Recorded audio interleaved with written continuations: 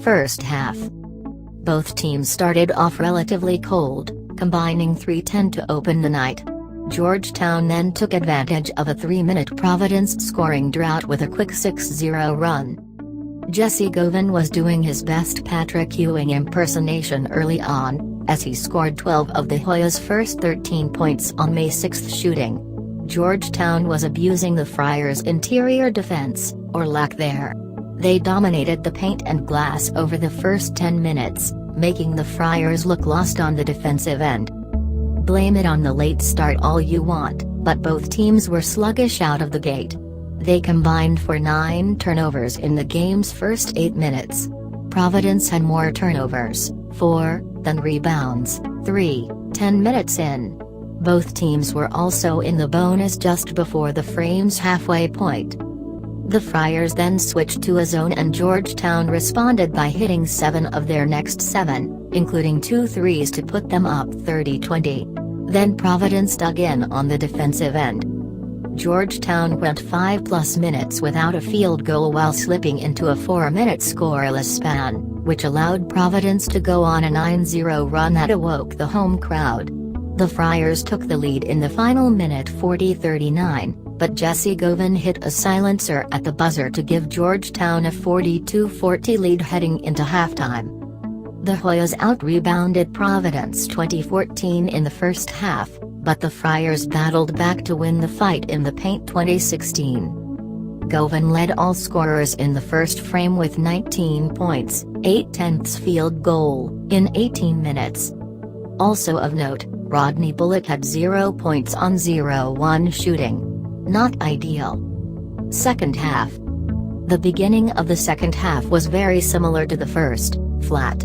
Providence started with just 1 field goal over the first 4 minutes, while Georgetown began 0-4 from the charity stripe. Somehow this equaled a 6-0 Friars run, bizarre as it was. It was a back-and-forth, physical contest from here on out. As Kevin McNamara of the Providence Journal put it, more off-ball contact in a game than I've seen this year. It had all the feels of an old-school Big East tilt.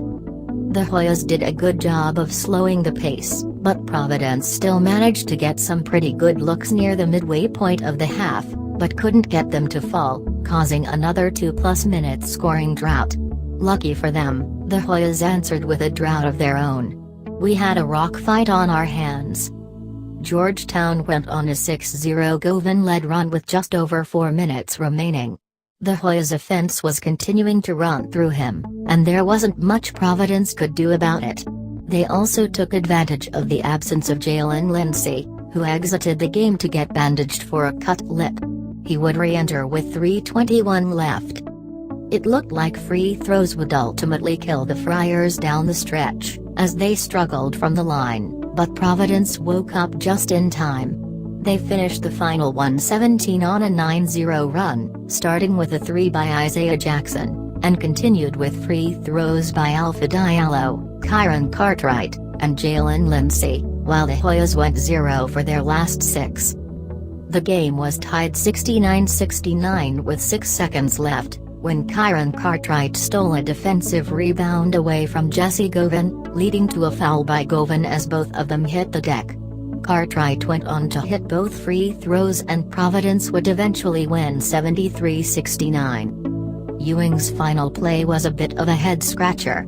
As he and Cooley traded off timeouts, giving Ewing plenty of time to draw up a play with 4.1 seconds remaining, Ewing eventually went with a Hail Mary pass to half-court, which was stolen away by Cartwright. There were 3 Friars in the area of the pass, thus making the Hoyas' last play a bit confusing. Jalen Lindsey would hit the free throws after the debacle of the Hoyas' possession and give the Friars a W. Game notes. 4 Friars finished in double figures tonight: Lindsey, 17, Jackson, 16 and 6, Diallo, 11 and 12, and Young, 11 and 7. Rodney Bullock finished with just 4 points on February 8 shooting. Govan led the way for the Hoyas with 27 points on November 18 shooting. He was the only Georgetown player in double figures. Providence is now tied for third in the Big East with Creighton at 7-4. For those apparel heads, the Friars debuted some pretty awesome warm-ups on Tuesday night. 2014 Big East champion Katie Bass was courtside tonight at the Dunk Tonight.